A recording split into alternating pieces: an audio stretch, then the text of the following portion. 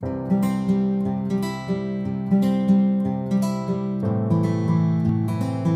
बच्चा पार्टी, कैसे हो? चलो आज के दिन हम क्या करने वाले हैं आपको पता है? आज हमारा लास्ट डे है किसका? Chapter number 1। चैप्टर नंबर 1 के अंदर अभी तक हम सब कुछ कवर कर चुके हैं, तो आज हम क्या करने वाले हैं? Last part, that is the MCQ।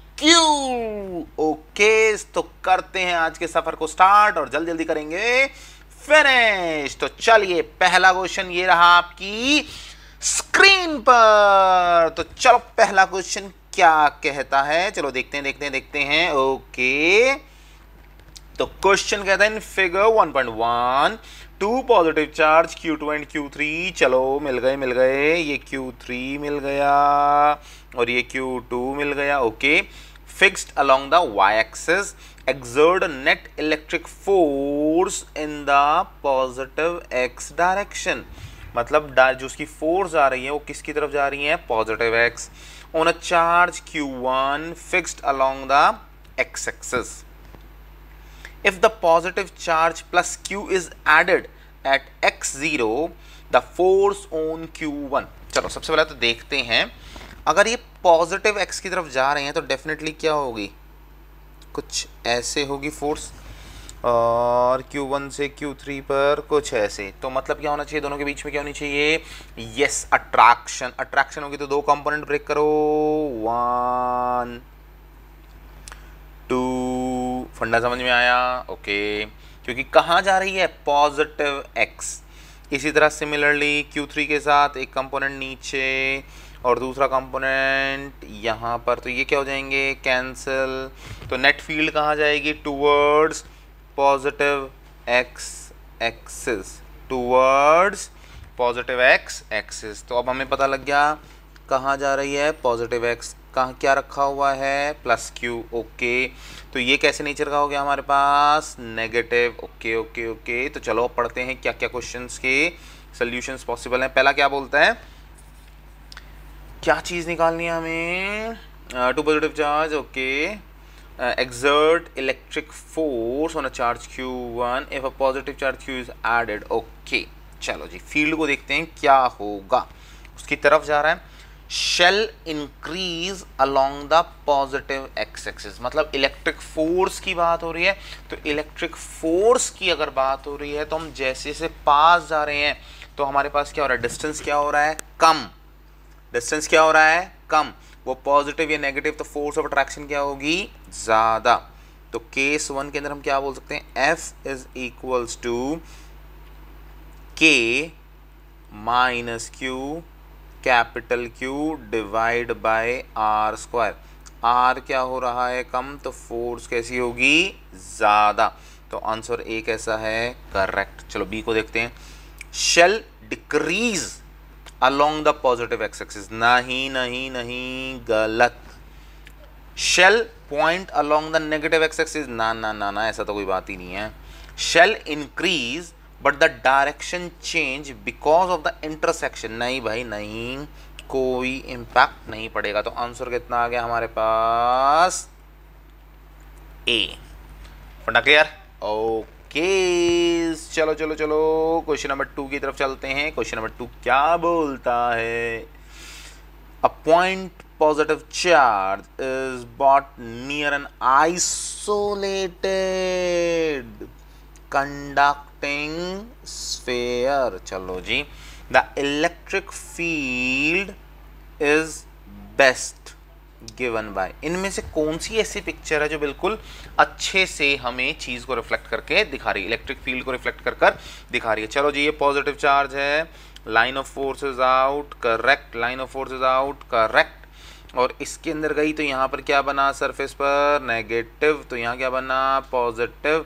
और लाइन ऑफ फोर्सेस कैसी हैं? कर्व्ड। कैसी हैं? कर्व। तो मतलब क्या है? करेक्ट। ठीक है, चलो जी, तो ये पॉजिटिव, ठीक है, लाइन ऑफ फोर्सेस करेक्ट है, यहाँ करेक्ट है। अरे इसमें इनवर्ड कैसे आ सकती है? रॉन्ग, इनवर्ड नहीं हो सकती। ओके, थर्ड पे चलो। ये ठीक है, ये गलत है, क्योंकि लाइन ऑफ फोर्सेस को कैसे जाना चाहिए? कर्व्ड। तो किस में जानी चाहिए, कर्व्ड में, ठीक है। और ये लाइन ऑफ फोर्सेस भी कर्व्ड नहीं है, तो ये कैसा है, रॉन्ग। फोर्थ पॉइंट तो वैसे ही पता लग रहा है कैसा है, रॉन्ग। तो फिगर 1 इज करेक्ट। फंडा clear, okay. Question number 3, okay. तो electric flux, okay, flux flux flux flux का फॉर्मूला हमारे पास क्या होता है, E dot ds which is equals to Q by epsilon naught, okay, through the surface. Charge कितना है, Q, चार्ज कितना है, Q, चार्ज कितना है, Q, चार्ज कितना है, Q। चलो जी, कितना फ्लक्स होना चाहिए, फ्लक्स बोले तो Q बाय एप्सिलॉन नॉट। इसका कितना होना चाहिए, फ्लक्स बोले तो Q by epsilon naught. Flux equals Q by epsilon naught, flux equals to Q by epsilon naught. चारों का सेम आ गया, ओके। तो क्या बोल रहा है, electric flux figure 1.34 is largest. अरे नहीं भाई, लार्जेस्ट का तो कोई पंगा ही नहीं है, लीस्ट का भी कोई पंगा नहीं है। Figure 2 is same as figure 3 but is smaller than. नहीं भाई, सबका सेम आ रहा है, all are same, yes yes yes. तो आंसर कितना मिल गया, ऑप्शन नंबर डी, ओके। चलो चलो चलो नेक्स्ट क्वेश्चन की तरफ चलते हैं, ओके। अब क्वेश्चन नंबर 4 क्या कहता है, चलो देखते हैं। 5 charges Q1, Q2, Q3, Q4 and Q5 are fixed at their position as shown in the figure. S is the Gaussian surface, चलो Gaussian surface है, okay. The Gauss law is given by, सबसे पहले तो एक बार देखो Gaussian surface किसको कहा है इसने, S को। तो इसके अंदर चार्ज कितना है, Q2 and Q4। तो अगर मैं फ्लक्स निकालूं तो फ्लक्स किसकी वजह से होगा, Q2 plus Q4 divide by epsilon not. तो कितना होगा, Q2 plus Q4 divide by epsilon not, ये तो फ्लक्स आएगा। इलेक्ट्रिक फील्ड देखें तो किसकी वजह से होगी, 1 2 3 4 5 सब की वजह से। इलेक्ट्रिक फील्ड किसकी वजह से होगी, Q1 to Q5। फंडा समझ में आता है, चलो अब पढ़ें इसको, ठीक है। तो विच of the following statement is correct. तो स्टेटमेंट्स को आइडेंटिफाई करना है। पहली statement, E on the left hand side of the above equation, left hand side मतलब E dot ds की बात कर रहा है, will have a contribution from Q1, Q2, Q1, Q5 and Q3, Q1, Q5 and Q3, while Q on the RHS, right hand side ये हमारे पास क्या हो गया, RHS, ये हमारे पास क्या हो गया, LHS, will have a contribution from, नहीं नहीं नहीं भाई, E का contribution सबकी वजह से है। और अगर फ्लक्स की बात करते हैं, चार्ज का contribution सिर्फ Q2 and Q4 की वजह से। ये तो समझ में आ गया। Second, electric field on LHS of the above equation will have a contribution from all charges, बिल्कुल सही बात। while Q on RHS will have contribution from Q2 and Q4, बिल्कुल सही बात, समझ में आ रही है बात, ओके। थर्ड पॉइंट पढ़ते हैं, electric field on LHS means integration over close path E dot ds, above equation will have a contribution from all the charges, बिल्कुल सही। while Q on RHS will have a contribution Q1, Q2, no no no no no no, सिर्फ क्या होंगे, जो body के अंदर close है वही चार्ज काम करेंगे। फोर्थ क्या है, both electric field on the LHS and Q on the RHS will have contribution, no no no no no। तो आंसर कितना आ गया, B, ओके। तो बच्चा पार्टी जल्दी से बताओ किस किस का आंसर आया, बी लिखो जल्दी से, very good very good, okay. तो अब आते हैं क्वेश्चन नंबर 5 की तरफ। Figure 1.5 shows electric field lines in which an electric dipole बोले तो एक नेगेटिव एक पॉजिटिव, ऐसा ही होता है ना डाइपोल। चलो चलो चलो, डायरेक्शन हमें पता है, negative to positive, is placed as shown, which of the following statement is correct. The dipole will not experience any force, dipole will not experience any force. अब समझो क्या ये सही बात है, अगर चलो इस पर ट्विस्ट छोड़ते हैं, इसको रखते हैं, अभी इस पे बात करेंगे। The dipole will experience a force towards right, right पर चलो देखते हैं। The dipole will experience a force towards left, left को भी देखते हैं। चलो इधर क्या होना चाहिए, पॉजिटिव पॉजिटिव पॉजिटिव, इधर क्या होना चाहिए, नेगेटिव नेगेटिव नेगेटिव नेगेटिव। समझ में आती है बात। The dipole will experience a force upward, upward तो नहीं जाने वाला, ये तो समझ में आ गया। अब सबसे पहले समझो यहाँ पर क्या है हमारे पास अल्टीमेट फंडा। अल्टीमेट फंडा ये कहता है कि अगर जो यहाँ पे डायग्राम में देखने वाली बात है, लाइन ऑफ फोर्सेस कैसे जा रही है, दूर दूर जा रही है ना, इससे कहाँ जा रही है, दूर दूर दूर दूर जा रही है। तो इसका मतलब क्या, electric field strength at A is greater than electric field strength at B. दिमाग में समझ में आ रही है बात, क्योंकि देखो यहां पर अगर लाइन ऑफ फोर्सेस समझना पड़ेगा आपको। देखो केस 1, अगर ये क्वेश्चन ऐसे होता कि लाइन ऑफ फोर्सेस सारी इक्वली डिस्ट्रीब्यूटेड हैं, तो यहां पर इलेक्ट्रिक फील्ड कैसी होती, यूनिफॉर्म। कैसी होती, यूनिफॉर्म।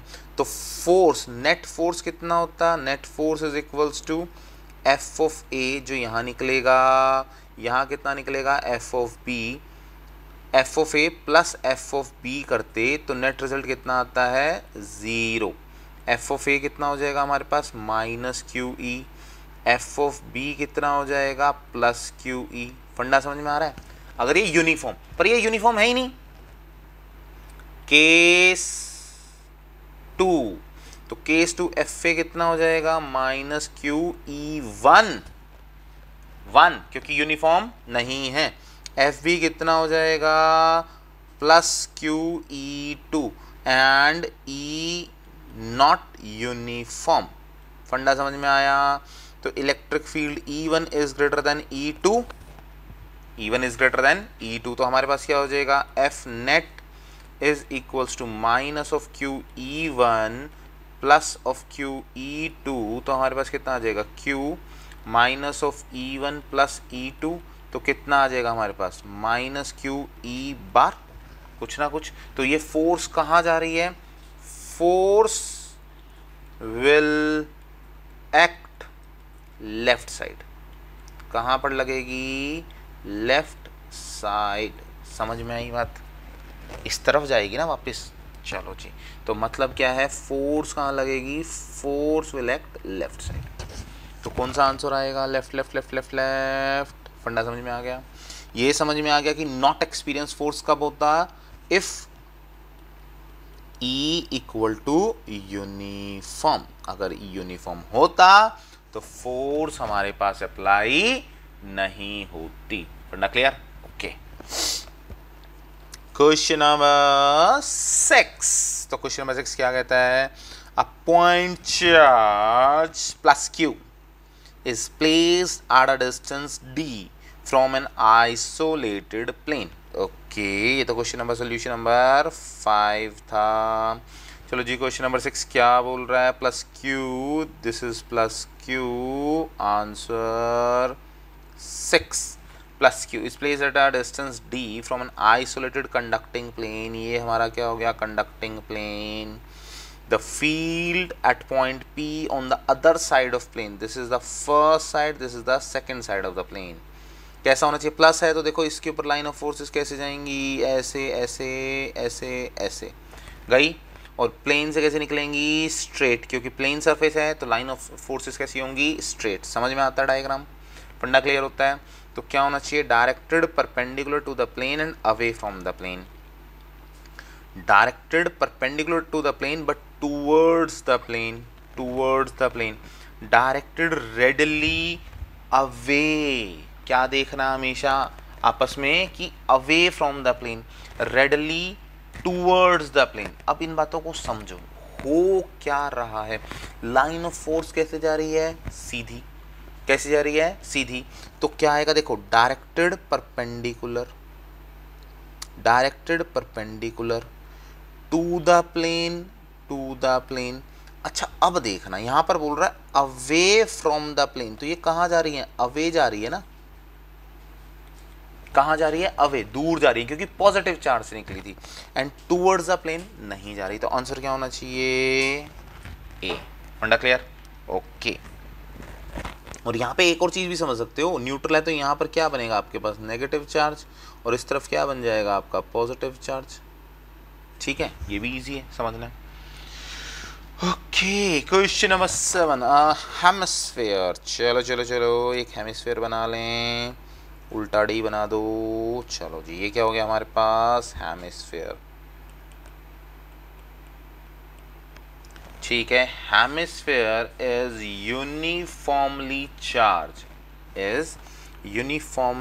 चार्ज, मतलब सारी जगह पर कैसा है, एक जैसा चार्ज है, पॉजिटिवली। चलो जी, positive positive positive positive positive positive. ठीक है, अंदर तो जो होगा वो सरफेस के ऊपर आएगा ही।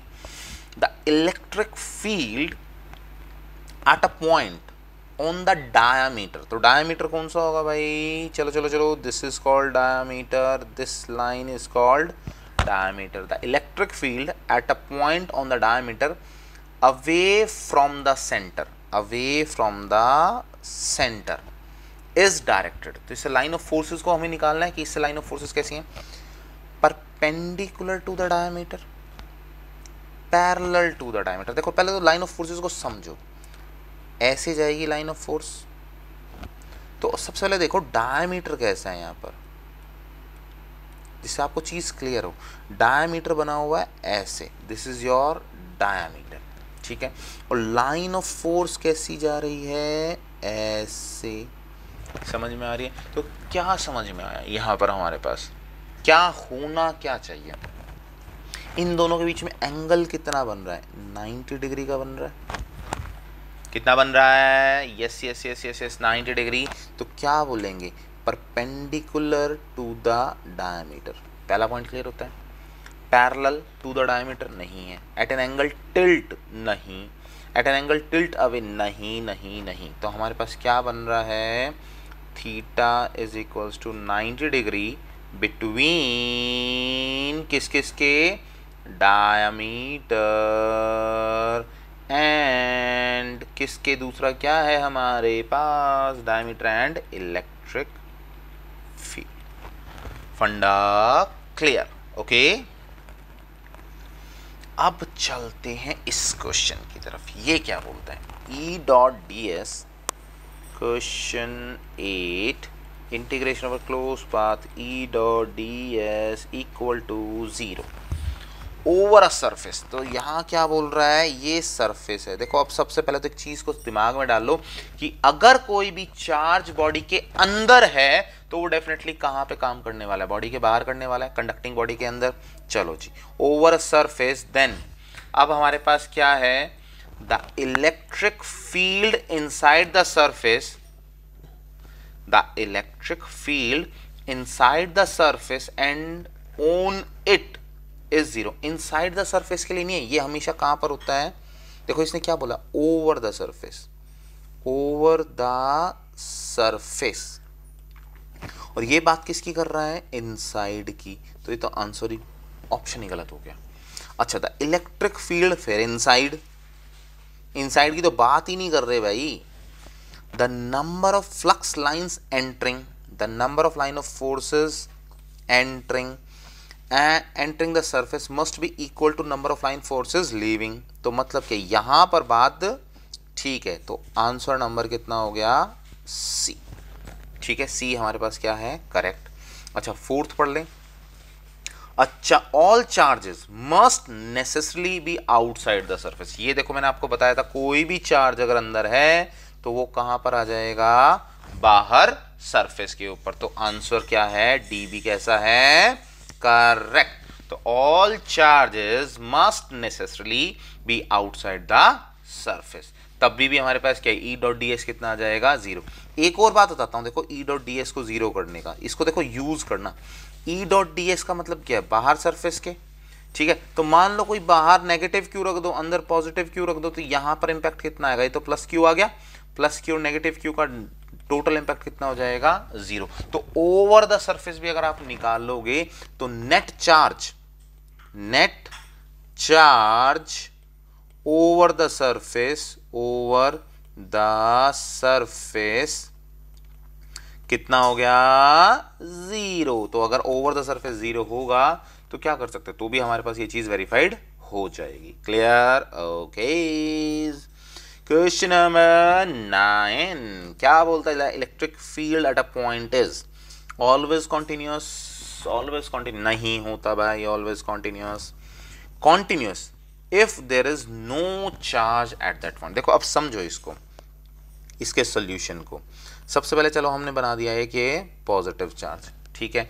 इससे लाइन ऑफ फोर्सेस निकलना स्टार्ट कर दिया, फंडा क्लियर होता है, समझ में आती है। चलो ये तब तक कॉन्टिन्यूस रहेंगी जब तक कोई चार्ज ना आ जाए। मान लो यहाँ पर आ गया मेरे पास एक नेगेटिव चार्ज, तो ये लाइन ऑफ फोर्सेस क्या होंगी, थोड़ा थोड़ा इसके अंदर जानी शुरू हो जाएंगी। फंडा समझ में आता है। तो यहाँ पर ये क्या शो कर दिखा रहा है, डिसकॉन्टिन्यूस। डिसकॉन्टिन्यूस, समझ में आती है बात, डिसकॉन्टिन्यूस। तो ये क्या बोल रहा है, continuous if there is no charge at that point. फंडा क्लियर होता है? Okay. Discontinuous only if there is a negative charge. ना ना ना ना ना ना ना, डिसकॉन्टिन्यूस तो ये तब भी हो सकती है कि अगर हमारे पास कोई चार्ज ना हो। मान लो ये मेरे पास क्या है, पॉजिटिव, और एक न्यूट्रल बॉडी रख दूं मैं। क्या रख दूं, एक न्यूट्रल बॉडी। अभी देखा था हमने, पिछले क्वेश्चन में भी देखा था कि न्यूट्रल बॉडी, तो भी यहां पर क्या होगा, चार्ज जा रहा है, ठीक है। तो इसके बाद क्या हो गया, ये ऐसे जा रहा है, तो यहां पर भी तो डिसकंटिन्यूटी आ गई ना। तो मतलब कि ये जरूरी नहीं है कि वहां सिर्फ नेगेटिव होना चाहिए, पॉजिटिव होना चाहिए। नेगेटिव हो, पॉजिटिव हो या अनचार्ज भी हो तो भी काम करेगा। तो discontinuous if there is a charge at that point. Okay, तो आंसर क्या हो जाएगा हमारे पास, डी। ओनली नेगेटिव का मतलब नहीं है, ठीक है। ओके, तो ये क्या हो गया हमारा सोल्यूशन नंबर 9। अब चलते हैं क्वेश्चन नंबर 10 की तरफ। तो क्वेश्चन नंबर 10 क्या कहता है, if there were only one type of charge, सिर्फ एक ही टाइप ऑफ चार्ज, मान लो सिर्फ पॉजिटिव है या सिर्फ नेगेटिव है, तो क्या होगा। चलो जी, इसको सोचो भाई, सोचो सोचो सोचो सोचो सोचो क्या होगा। चलो जी, मान लेते हैं ओनली चार्ज कैसा है हमारे पास, पॉजिटिव। कैसा मान लिया, पॉजिटिव। अच्छा जी, इसने कहा है E dot d s not equal to 0 on any surface. किसी भी सरफेस के ऊपर ये वैल्यू 0 नहीं होगी, नॉट इक्वल टू। भाई क्यों नहीं हो सकती, ए पार्ट को डिफाइन करो। If Q is equals to 0 then integration over close path E dot d s भी तो 0 होगा। फंडा समझ में आता है। देखो आपको हर पॉइंट को ना काटना है, अगर आप नहीं उसको फिनिश कर पाते तब तो वो आंसर करेक्ट हो जाएगा, अगर कर पाते हो उसका कोई जस्टिफिकेशन दे पाते हो तो वो रॉन्ग हो जाएगा। बी पर चलते हैं। बी बोलते हैं E dot d s is equals to 0 if the charge is outside the surface. अगर देखो चार्ज है ही नहीं तो 0 चल रहा है। इफ Q इक्वल्स टू 0 तो integration over close path E dot d s is equals to 0। ये तो बात इसने पहले ही बोल दी। ये बोल रहा है if the charge is outside, अगर कोई चार्ज है और वो बाहर है और उसके बाद भी ये वैल्यू है, इसका मतलब क्या है, करेक्ट। उसने क्या बोल दिया, बाहर है कोई भी वैल्यू तो हमारे पास क्या हो जाएगा, उसकी वजह से फील्ड कितनी आ जाएगी, 0। E dot d S could not be defined, ऐसा तो हो नहीं सकता, अगर एक भी चार्ज है तो डिफाइन तो होगा। E dot d s is equals to Q by epsilon naught if charges of magnitude were inside the surface. देखो सीधी सी बात है, अगर कोई भी चार्ज, इसने क्या बोला है, अगर चार्ज है तो, अगर चार्ज है तो C तो क्या हो गया हमारे पास, होगा ही नहीं। D क्या बोला है, if we have Q inside, तो इनसाइड होगा तो आउटसाइड आएगा ही आएगा। देन तो हमारे पास क्या अप्लाई हो जाएगा, integration of close path E dot d s is equals to Q by epsilon naught. फंडा क्लियर? ओके, क्वेश्चन नंबर 11 क्या कहता है, consider a region inside which there are various type of charges but the total charge is 0। देखो भाई इस बात को थोड़ा सा ना समझना। आंसर 11, इसने कहा है total charge inside the body, inside the conductor is 0। इसका मतलब क्या है, मीनिंग क्या है भाई, इसका मीनिंग को समझो। मीनिंग है इसका मतलब एक पॉजिटिव क्यू है तो एक क्या है हमारे पास, नेगेटिव। भाई सीधी सीधी बात है, चाहे कैसे भी रख लो, या ये कह सकते हो more dipoles plus q and minus q, या हम कह सकते हैं मोर डाइपोल्स। एग्जाम्पल लो, कोई बच्चा कहता है सर नहीं प्लस क्यू माइनस क्यू ले भाई, मैंने कहा -5q है एंड +5q है, ये हो सकता है ना, इतना तो मानोगे भाई, एक -q एक +5q। तो इसका मतलब क्या है, मैं इसको क्या कर सकता हूं, इसको ब्रेक करो। क्या मैं इसके 5 डाइपोल्स बना सकता हूं, यस और नो, बोलो बोलो बोलो, बना सकते हैं। तो कितने बन गए, 5 डाइपोल्स, तो डाइपोल बन गए ना। चलो जी, तो मतलब क्या इस क्वेश्चन में सोचने वाली क्या बात है, जो भी लॉजिक लगने वाला है वो किसकी वजह से लगेगा, ड्यू टू डाइपोल। तो हम यहां पर की पॉइंट क्या है, की पॉइंट, तो हमें जो भी फॉर्मूला लगाएंगे, apply electric field formula due to dipole, not the direct value, not the direct value. चलो चलो चलो चलो, क्वेश्चन पढ़ो, क्वेश्चन पढ़ो। तो क्वेश्चन के अंदर हमारे पास क्या कहता है, हमारे पास क्या बोलती है इसने, नेट वैल्यू कितनी है, 0 at point outside the region, at points outside the region, okay. The electric field is necessary 0, ये तो भाई मतलब ही नहीं है, बाहर कोई और चार्ज हो तो पहला तो क्या हो गया, रॉन्ग, नेसेसरली, ये तो मतलब ही नहीं होता, नेसेसरी वाला तो ठीक है जी। चलो, the electric field is due to dipole moment of the charge distribution only, नहीं नहीं, बाहर चार्ज प्रेजेंट हो सकता है, तो बी पार्ट क्या हो जाएगा, any charge can be present, can charge can present outside, so B part कैसा हो गया आपका, wrong. The dominant electric field, C part में क्या बोलता है, E प्रोपोर्शनल टू 1/r3, ये तो हमें पता है ना, डाइपोल की वजह से होती है। For large r where r is the distance from origin in this region, तो आंसर क्या होगा, correct, due to dipole, due to dipole. फंडा क्लियर होता है। चलो, डी पार्ट क्या बोलता है, the work done to move a charge particle along the close surface away from the region will be 0, yes yes yes, तो work done कितना होगा, 0, क्योंकि वहां पे तो डिस्प्लेसमेंट ही नहीं हो रहा भाई, डिस्प्लेसमेंट नहीं हो रहा, या तो एक रीजन, दूसरा रीजन दे सकते हो, थीटा कितना बनेगा, 90 डिग्री, कोस 90 कितना होता है, 0, ठीक है, फंडा क्लियर हो गया, ओके। तो डी भी आ जाएगा इसका। तो हमारे पास क्वेश्चन नंबर 11 के आंसर्स क्या क्या हो गए, आंसर हो गया सी एंड डी। क्लियर हो गई बात, ओके। चलो चलो चलो चलो, क्वेश्चन नंबर 12, तो क्या बोलता है, गॉसियन सरफेस इसने दे दिया, एक -2q दे दिया, एक q दे दिया, तो नेट चार्ज कितना हो जाएगा, आंसर नंबर 12, आंसर 12, तो net charge is equals to q net is equals to -2q plus q which is equals to -q, ठीक है। तो फ्लक्स कितना हो जाएगा मेरे पास, -q/ε0। यहां तक तो पॉइंट क्लियर हो गया।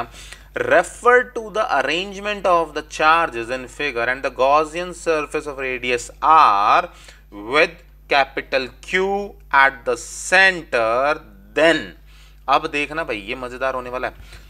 पहला part, the total flux through the surface, बिल्कुल सही सही सही, है तो हमने खुद ही निकाल लिया, ओके। तो हमारे पास सेकंड क्या बोलता है, field on the surface of the sphere, minus q by 4 pi epsilon naught, नहीं नहीं नहीं नहीं नहीं, क्योंकि माइनस क्यू है तो बाहर कैसा जाएगा, नहीं नहीं नहीं नहीं नहीं नहीं नहीं नहीं, ये पॉइंट पॉसिबल नहीं, क्योंकि इलेक्ट्रिक फील्ड में हम चार्ज कैसा लेके चलते हैं, ओनली पॉजिटिव। तो हमारे पास क्या हो गया, third point, flux through the surface of the sphere due to 5q is 0, flux through the surface of the sphere due to 5q, 5q ने तो फ्लक्स के अंदर कोई कंट्रीब्यूशन करना नहीं है, तो कंट्रीब्यूशन कितना बोल रहा है, 0, ठीक बात। Field on the surface of sphere due to -q की सेम, अब भाई इसकी तो एग्जिस्टेंस ही नहीं बची, तो हमारे पास आंसर क्या बचा, ए एंड सी। तो हमारे पास क्या आ गया answer, A and C. Clear हो गई बात, ए का फंडा समझ में आता है, सी का फंडा समझ में आता है, ओके।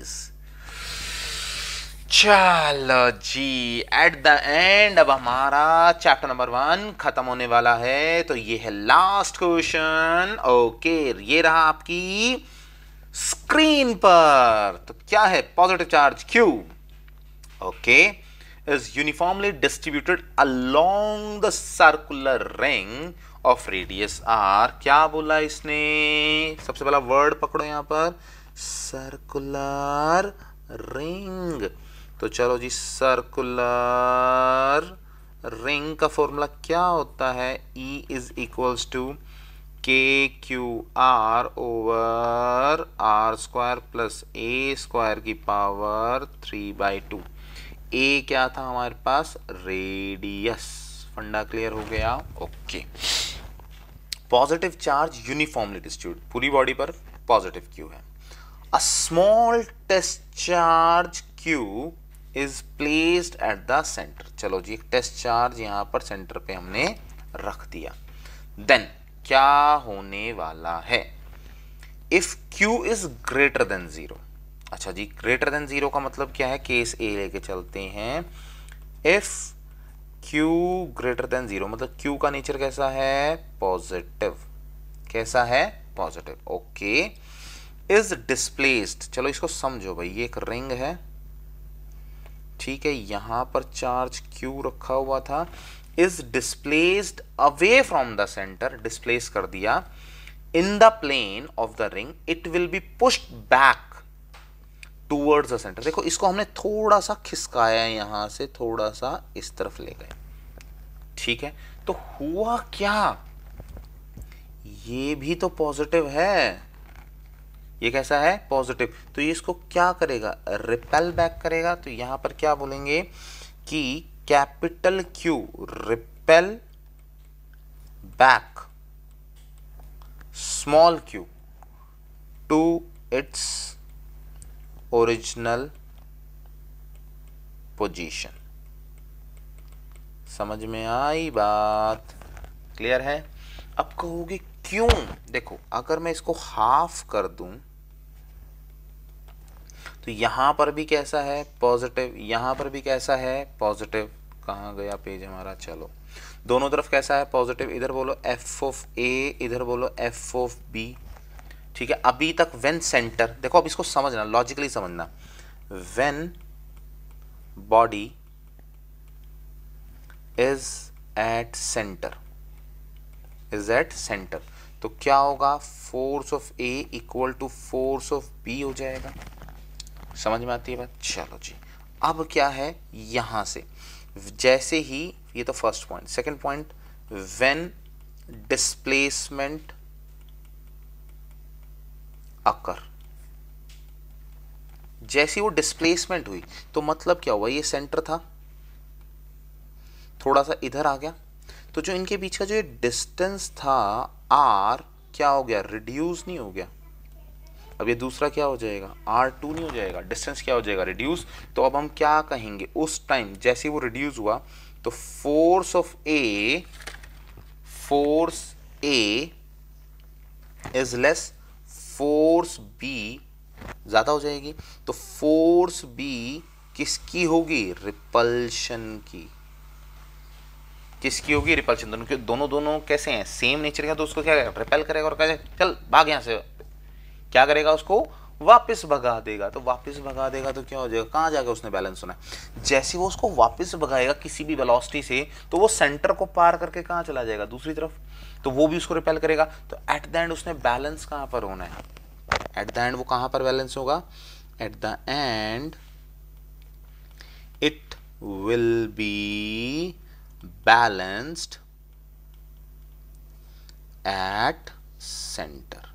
फंडा क्लियर हुआ, पहला पॉइंट समझ में आता है। चलो जी, तो ये तो था हमारा ए पार्ट, तो ए क्या है, करेक्ट। अब बी पार्ट को देखें, चलो जी, फॉर पार्ट बी, चलो जी, तो पार्ट बी को देखते हैं क्या कहता है, सुने और देखें। इफ लेस देन जीरो मतलब क्या, अट्रैक्शन होने वाली है, and displaced away from the centre in the plane of the ring it will never return. बिल्कुल सही बात, क्योंकि वो क्या करेगा, फोर्स ऑफ अट्रैक्शन ज्यादा हो जाएगी। It will never return to the center and it will continue moving till it hits the ring. देखो भाई समझो, ये पोजीशन थी, ये क्या था, center, Q not at center, at centre, तो F A is equals to F B.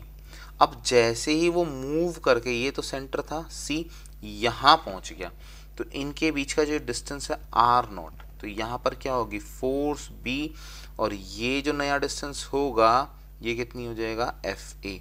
तो हमारे पास क्या होगा, F A is less than F B, because R not is less than, R not is less than, इसको बोल दो R1। तो R1 कैसा हो जाएगा, बड़ा हो जाएगा, R0 कैसा हो जाएगा, छोटा। तो हमें पता है F A proportional to 1/R1 का square, F B is proportional to 1/R0 का स्क्वायर।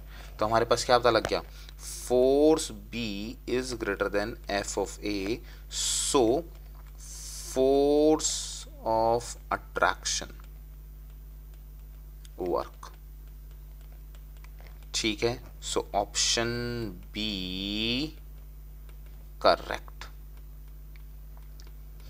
फंडा समझ में आया, अच्छा क्वेश्चन है ये, एक एक चीज को जस्टिफाई करना बहुत मुश्किल हो जाता है। ओके चलो अब सी पे चलते हैं।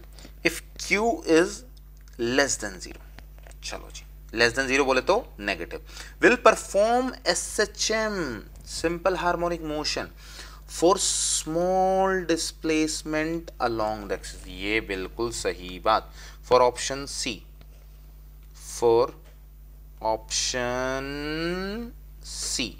देखो इसने क्या कहा, ये आपकी लाइन थी बहुत बड़ी, ये आपका सेंटर था, अगर ये बिल्कुल छुटका सा, बिल्कुल इन्नू सा, यहाँ पे कलर चेंज करें जिसे समझ में आ जाए, चलो जी, इन्नू सा ये डिस्प्लेस कर गया, तो ये क्या करेगा, इधर भी जाएगा इतना सा, तो क्योंकि बहुत छोटा होगा तो उतनी पावरफुल फोर्स ऑफ अट्रैक्शन और रिपल्शन नहीं हो पाएगी, तो नहीं हो पाएगी तो ये क्या शो कर दिखाएगा, yes yes yes yes yes SHM, क्या शो कर दिखाएगा, SHM। तो ऑप्शन सी कैसा है, करेक्ट।